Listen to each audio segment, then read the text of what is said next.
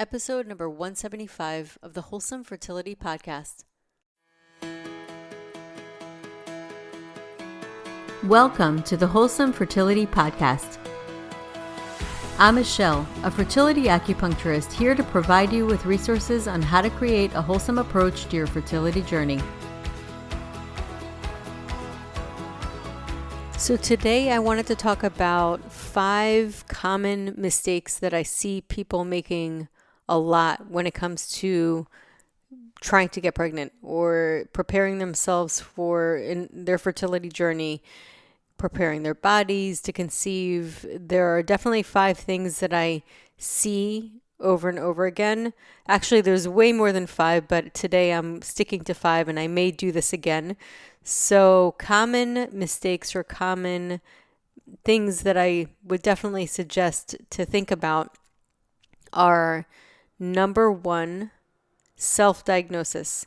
So a lot of times I see people, even when they come to me, self-diagnose, and I see it a lot on message boards where people see, it's very, very tempting when you go online to Google your symptoms, your conditions, and based on other people's stories, people will tend to say, oh, well, that sounds like it's me. So therefore, maybe I have what this person has, and then they self-diagnose, and that could be dangerous because sometimes that can cause people to do or take certain supplements or do certain things that can actually have an adverse effect.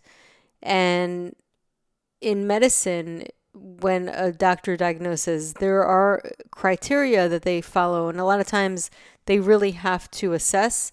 They've been doing this for a long time, so they get a good feeling of what can be something, and then something can also look like something but not really be that diagnosis.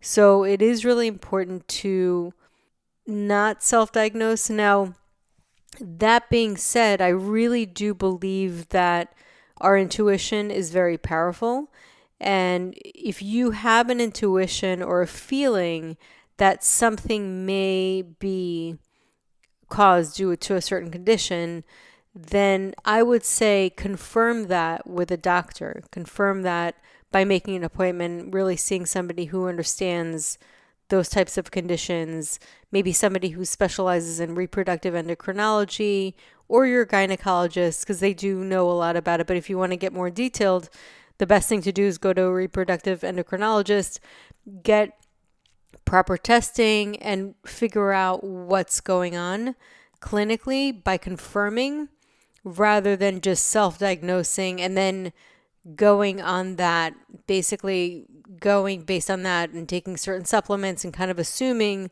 that you have a certain condition. So that is something that I see quite often. And I noticed it even with people coming into my office. They'll say, I think that I have this, and sometimes they're onto something. Sometimes like their intuition's telling them that. But I always say it's really important to confirm it and get true testing and get a true diagnosis by a doctor so that they can help specifically and also guide, because there are certain things that you can do to alleviate or work with something. So self-diagnosis is number 1 for sure as a common mistake that I see.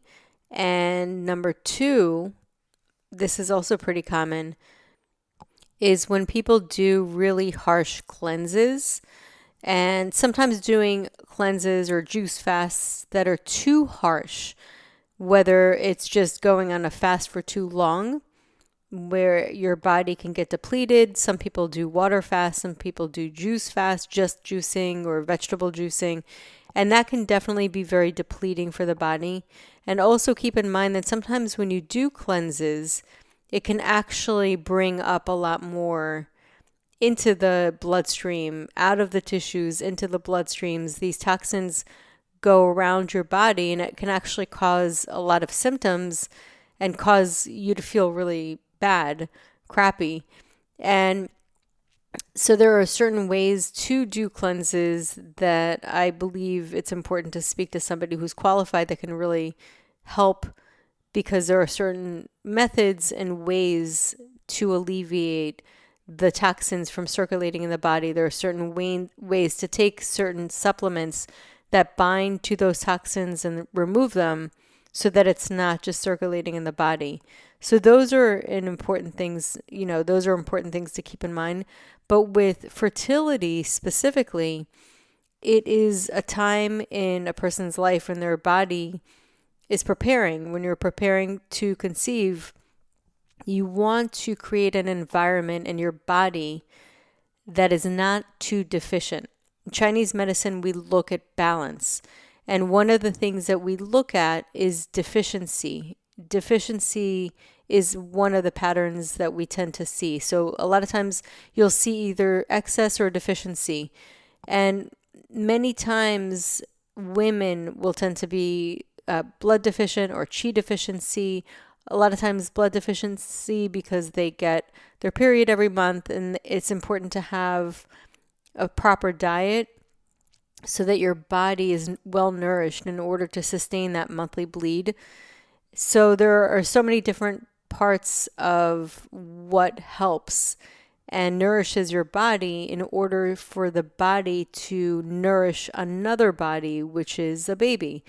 And that's why it's so important that women are not deficient before getting pregnant. And one of the things that can cause deficiency, although can be very helpful, but again, under the guidance of a professional that's very well versed in cleansing, sometimes people will choose to do certain cleansing that's just too harsh on the body. So many times when I work with women who are trying to conceive, I offer recipes or very easy, gentle cleanses that are not too harsh on the body. So it's enough where it basically supports the body in its own cleansing, but it's not going to do it in a way that's too overwhelming. So that's number 2, is cleansing that is too harsh. And number 3 is when people take supplements, specific supplements that they read about on the forums, the groups, or from a friend who used it to conceive and it worked for them. That can be really tricky. I know that when you hear about supplements, you think, well, what's the worst that can possibly happen? It's just a supplement. And supplements can be very strong, and some supplements are not really good for certain conditions. Certain conditions, in fact, can actually get worse by taking the wrong supplements. So even though you think about supplements as kind of like vitamins, they're benign, you could just buy them and it's easy to get, it still acts in some cases like medicine. So therefore, it's important to know that you are taking something that's aligned with your body and is going to help specifically your condition. So it is kind of a milder type of medicine, if you want to look at it that way. And just like herbs are a little stronger in some cases, but supplements are really strong too. So it is something to realize that even though it's accessible, even though you don't need a prescription for it, certain supplements are really specific to certain conditions, and in some cases can have an adverse effect to someone who's trying to conceive. So when people take the wrong supplements, just because it worked for somebody else doesn't mean it works for you. We're all very unique, and it's very easy to want to find a solution and read about somebody's story and get really excited and want to take it. And I see that a lot. Sometimes I will see people coming in to speak with me, patients, and I go through the list of supplements, and some of them I'm like not sure why they're taking, and they say they read about it and so on. So basically, it is really important to know specifically what's good for you. And it doesn't cost too much to actually just maybe even do 1 or 2 consultations, either online or in person, finding somebody who can help at least give advice, kind of more on the health practitioner aspect, and could be naturopath, acupuncturists a lot of times that are specialized in fertility, know a lot about it, health coaches, or even a nutritionist or a dietitian who's very well versed, specifically finding somebody who's specialized in fertility health. And in those cases, you can get more guidance and then at least confirmation on what would benefit your specific, unique condition. And so that's definitely something that I don't take lightly, because it's important to realize that even though it's easy to get, it is something that you really need that's customized for you, and not to overdo it on certain supplements, because that could be very tempting when you're going on the fertility journey, because there's so much marketing for it and so much out there. I also want to mention, kind of like an extra on the supplements, there are a lot of that one size fits all, like everything's in there supplements. And I've seen even supplements that have melatonin in them as part of the ingredients. It's kind of like this all-in-one type of supplement. And one's for men, one's for women. And there are some really great ones, and they can help certain people. But what I found is that they have a good amount of melatonin in them, and melatonin should only be taken before going to sleep, not during the day, especially not when driving. You're not supposed to take melatonin because it makes you sleepy. So that's kind of something that I've seen, and I look at the ingredients and I'm like, wait, and a lot of people would take it during the day. So those are all really important things to keep in mind. Number 4 is people who decide to go really, really low on the carbs. So there's definitely a lot out there that talks about PCOS, for example, and a lot of information also on a lower carb diet when it comes to fertility. And there's definitely, it's not so black and white that way. There are differences in carbs, and carbs are actually really important for egg health. It depends on the type of carb. You can have a carb that's just white sugar and pastries, and the type of carb that is not good. It's called a simple carb, and that will cause sugar spikes, and even juices, for example, where it's natural juices, but you're taking away the fiber and the full aspect of the fruit, and you're just extracting the juice and the sugar from the fruit. You're taking it differently than it's meant to be taken, because it's meant to be taken with the fiber and all the different parts of the fruit. And when you do it that way, it will get digested differently in your body. It won't cause a sugar spike. So there are differences. Not all carbs are created equal. So really taking away the white sugar and those types of carbs, and using more natural carbs such as sweet potatoes, berries, and certain whole grains is fine. You don't want to overdo carbs in general. It shouldn't be the majority of one's plate. It should be, a good portion, just like anything. Everything in moderation is key. But when people go too low on carbs, that's an issue as well. The body needs carbs, and especially for egg health, it's really important to have good, healthy carbs in your diet. So it is not something you want to skimp on. And it's also important when you do have carbs to mix it with fiber, to mix it with fat, healthy fat, and protein. So having it all together with your meal, it does make a difference on how your body processes it. But for sure, it's important not to skimp on carbs, because your body needs those carbs and those types of energy in order to support the body in preparing for conception and also support egg health. So number 5 is over or under exercising. So exercising needs to be really balanced. I know a lot of people, actually, to be honest with you, more people that I speak with or talk to over exercise than under exercise. And it's gotten to the point where I have some patients who feel that if they don't over exercise, they're not really exercising. And it's very hard for them because they are so conditioned to feel that way that it's very hard for them to make that go away, like that feeling go away, or rewire their minds towards, or their relationship towards exercise. So if you over exercise, it can actually stop your period. It is too depleting for the body.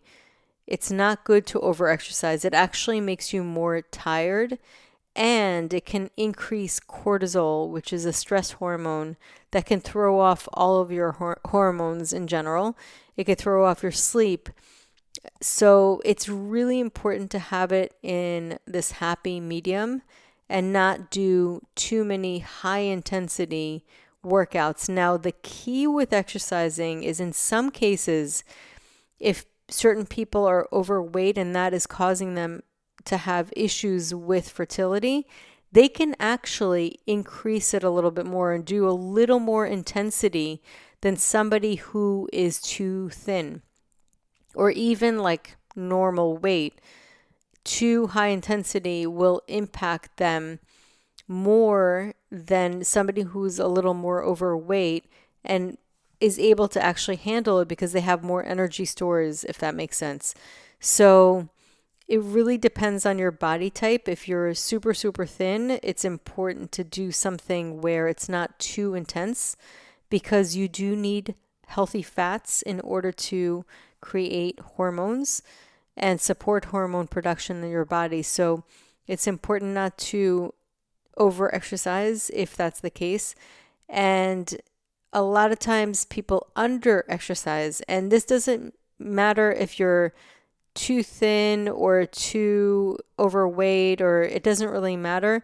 It matters a little bit, but because if you're too thin, you may not need to do as much in order to get the body moving. But exercising and movement is really important to get the energy moving in your body and to also produce energy. So if you're in this happy medium right in the middle where you're getting exercise but you're not overdoing it, you're going to actually produce more energy in your body. If you're under exercising, you can become a little more stagnant, and it's important to actually get the body moving, because exercise does create vitality. It brings vitality into your body. But again, over exercising can literally stop your period if you exercise too much, because it just depletes your body, and it takes away from your body's ability to support its reproductive health. So those are the not top 5 mistakes, but common 5 mistakes, because I'll probably come up with a lot more that I notice, but these are definitely 5 big ones that I've noticed. And just to recap, the first one is self-diagnosing. So it's really important. As much as Dr. Google is very, very tempting and it's okay to educate yourself. So for sure, go for it, look into it, but make sure to always confirm with your doctor to make sure that that is a diagnosis that is confirmed and it's real. So don't diagnose yourself, but if you have a feeling that something might be going on, by all means, go to a doctor and find out and confirm that. And number 2 is doing harsh cleanses that are too strong. So you don't want to do anything that's too strong. That's going to deplete your body, because your body needs its energy. And it also is not great to get too many toxins circulating around your body. So actually, it's better sometimes to have those toxins stored than to circulate in your body, depending on where you're at or what your body is holding on to. Or it's important to at least do it gently so that it's not overwhelming your body with toxins all at once.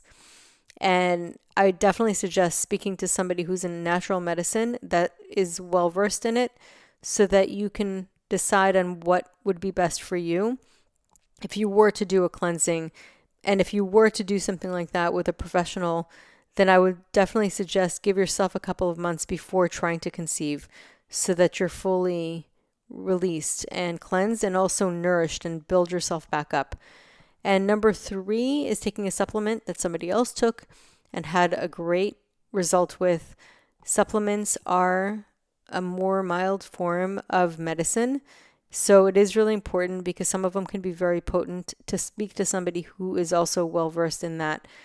And then number 4, too low of a carbs in your diet. So having too low amount of carbs in your diet is not great for egg health.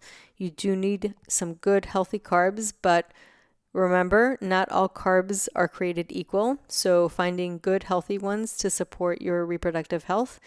And number 5, over or under exercising. So not under exercising, not over exercising, finding something that's just right.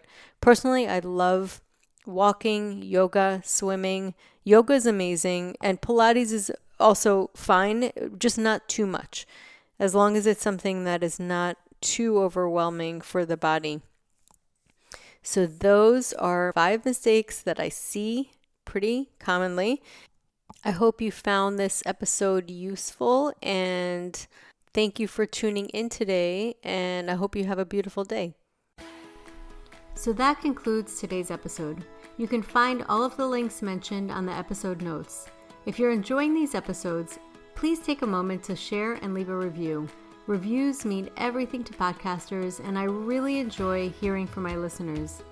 You can also find me on my website at www.thewholesomelotus.com or email me at info@thewholesomelotus.com. I love hearing from my listeners. If you're interested and want updates as well as a free ebook on my top 10 fertility boosting habits, you can visit my fertility page on www.thewholesomelotus.com.